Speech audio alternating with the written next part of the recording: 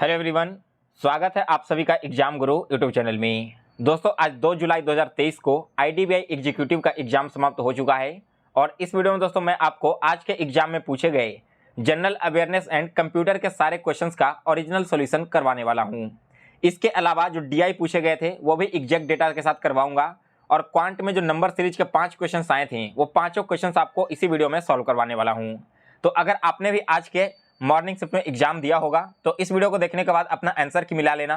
साथ ही में दोस्तों मैं आपको बताऊंगा कि मेरे ओवरऑल अटेम्प्ट कितने रहे हैं और इस बार एक्सपेक्टेड कट ऑफ क्या रह सकता है। तो वीडियो में लास्ट तक बने रहिए और जितने भी नए कैंडिडेट अभी हमारे चैनल से जुड़े हैं आप सभी लोग एग्जाम गुरु चैनल को सब्सक्राइब कर इसके बेल नोटिफिकेशन को ऑन कर लें। चलिए दोस्तों आज का वीडियो स्टार्ट करते हैं। तो पहले मैं आपको कंप्यूटर के क्वेश्चन करवा देता हूँ और बाकी के क्वेश्चन हम बाद में देखेंगे। सबसे पहले दोस्तों कंप्यूटर में एक पूछा गया था कि URL क्या है, ठीक है ना। URL का यहाँ पर मतलब दिया गया था दोस्तों ऑप्शन में कि एक यूनिक आइडेंटिटी है जो कि डिफाइन करता है वर्ल्ड वाइड वेब को। तो इस क्वेश्चन का राइट आंसर यही ऑप्शन था। अगर आपने इस क्वेश्चन का ऑप्शन ये टिक आउट किया है तो बिल्कुल सही है। इसके बाद अगला क्वेश्चन पूछा था दोस्तों कि बेसिक का फुल फॉर्म क्या होता है। तो दोस्तों बेसिक का फुल फॉर्म कंप्यूटर के टर्म्स में होता है beginners all purpose symbolic instruction code. इसके बाद दोस्तों एक क्वेश्चन पूछा गया था कि रिपीटर का डिफिनीशन, एक्चुअली वहां पर डिफिनीशन दे दिया गया था और आपको बताना था कि इसका मतलब रिपीटर होगा, राउटर होगा, हब होगा या फिर मोडम होगा। तो राइट आंसर रिपीटर था। और क्वेश्चन क्या दिया गया था कि an electronic device in a communication channel that increases the power of a signal and retransmit it allowing it to travel further. यानी कि जो सिग्नल होते हैं ना, नेटवर्क सिग्नल, उस चीज को आगे और ट्रांसफर करना है तो इसके लिए हम कौन सा डिवाइस का यूज करेंगे, तो यहाँ पर रिपीटर का यूज किया जाता है। इसके बाद देखिए एक क्वेश्चन यहाँ पर आया था कि एग्जैक्ट क्वेश्चन तो मुझे नहीं यहाँ पर याद है, लेकिन क्वेश्चन कुछ ऐसा था कि ऐसा मेलिशियस प्रोग्राम जिसे फैलने के लिए किसी अलग मीडियम की जरूरत नहीं पड़ती है। तो वहाँ पर मेरे ख्याल से वॉर्म इसका राइट आंसर होना चाहिए। हालांकि इसके अलावा एंटीवायरस, ट्रोजन हॉर्स, ये सारे आपके ऑप्शंस में दिए गए थे। तो अगर आपको इसका एग्जैक्ट आंसर मालूम है या फिर क्वेश्चन मालूम है तो आप एक बार कमेंट करके बता देना ताकि बाकी सारे कैंडिडेट भी इस क्वेश्चन को मिला लें। इसके बाद आया था कि जो हेल्प बॉक्स ओपन होता है ना, इसके लिए हम कौन सा फंक्शन की यूज करते हैं। तो इसके लिए दोस्तों यूज करते हैं F1 का। फिर इसके बाद आया था दोस्तों कि एक ऐसा टेक्निक जिसे यूज किया जाता है वैलिडेट करने के लिए authenticity and integrity of a digital document, message और एनी सॉफ्टवेयर। तो इसका राइट आंसर था दोस्तों डिजिटल सिग्नेचर, ठीक है। फिर इसके बाद अगला क्वेश्चन आया था कि MS वर्ड 2013 में Ctrl+H किसके लिए यूज किया जाता है। तो दोस्तों Ctrl+H जो कमांड है वो फाइंड एंड रिप्लेस के लिए यूज किया जाता है। अगर केवल फाइंड करना रहे तब आप Ctrl+F प्रेस करोगे, लेकिन Ctrl+H का मतलब होता है find and replace the text. इसके बाद एक और क्वेश्चन आया था कि इनमें से कौन टेंजिबल डिवाइसेस है। तो दोस्तों टेंजिबल डिवाइसेस हार्डवेयर को कहा जाता है और आपके ऑप्शन में भी हार्डवेयर दिया गया था, तो यही इस क्वेश्चन का राइट आंसर है। फिर इसके बाद पूछा गया था दोस्तों कि होम पेज क्या होता है। तो दोस्तों होम पेज होता है किसी भी वेबसाइट का पहला पेज। आपके ऑप्शन में इसी तरह से दिए गए थे, first page of any website, last page of any website, largest page of any website या फिर smallest page of any website. तो होम पेज का मतलब है दोस्तों किसी भी वेबसाइट का जो पहला पेज होता है या फिर आप इसे एंट्री पेज कह सकते हो, उसे हम होम पेज के नाम से जानते हैं। इसके बाद है दोस्तों कि इनमें से किस लैंग्वेज में केवल बाइनरी कोड को एंटर किया जा सकता है। तो मैंने यहाँ पर मशीन लैंग्वेज टिक आउट किया है। इसके अलावा C++ इत्यादि ऑप्शंस आपके दिए गए थे, लेकिन मेरे ख्याल से इस क्वेश्चन का राइट आंसर मशीन लैंग्वेज ही होना चाहिए। इसके बाद एक आपका सिक्योरिटी रिलेटेड दिया गया था। तो ऑप्शन में दोस्तों जो आपके सिक्योरिटी रिलेटेड वर्ड है ना वो है HTTPS एंड SSL। HTTPS क्या होता है, जब आप किसी वेबसाइट को विजिट करोगे ना तो अगर वो वेबसाइट फुल्ली सिक्योर्ड है तो वहां पर आप देखना HTTPS लिखा हुआ आता है। और SSL क्या होता है, तो SSL एक सर्टिफिकेट है जो कि वेबसाइट जो चलाते हैं ना यूजर्स उनके लिए होता है। इस SSL के थ्रू वेबसाइट को यहाँ पर सेफ किया जाता है किसी भी तरह के अटैक से। तो मेरे ख्याल से इस क्वेश्चन का यही राइट आंसर होना चाहिए, HTTPS एंड SSL। इसके बाद अगला क्वेश्चन एक पूछा गया था कि एक ऐसा नेटवर्क जो कि एक ही सिटी में अलग अलग पॉइंट पर हो, तो ऐसे नेटवर्क को हम क्या कहेंगे, ऐसे नेटवर्क को हम मैन बोलेंगे, यानी कि मेट्रोपॉलिटन एरिया नेटवर्क। आपके जो लाइन दिए गए थे ना स्टेटमेंट, उसमें भी मेट्रोपॉलिटन वर्ड का यूज किया गया था, तो आप डायरेक्ट वहां से भी कैच कर सकते थे कि इसका राइट आंसर क्या होना चाहिए।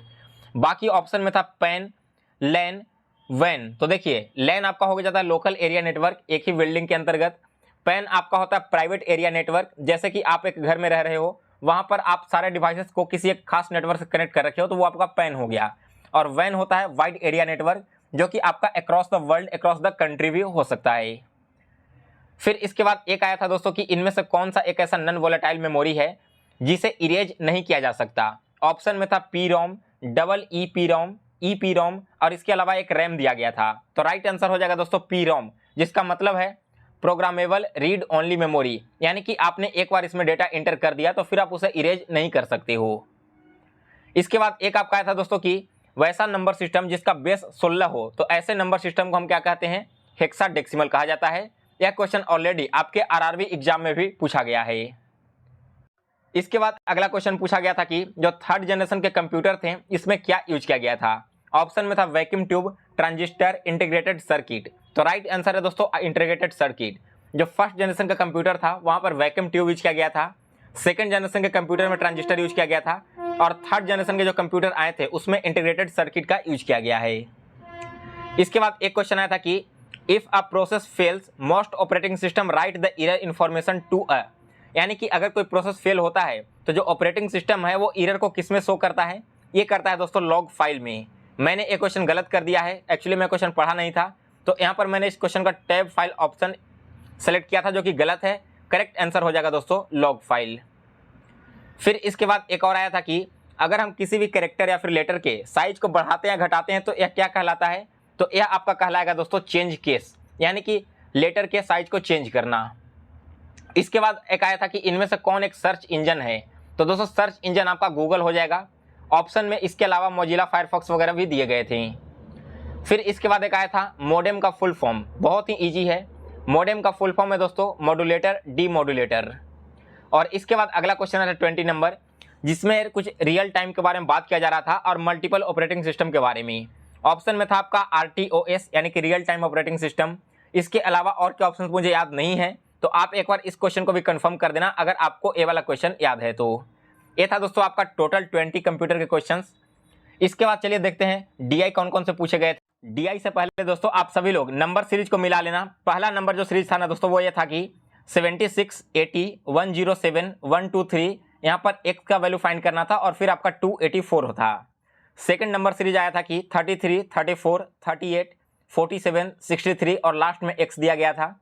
तीसरा आया था 4, 9, 29, 119, 599 एंड फिर यहाँ पर x दिया गया था।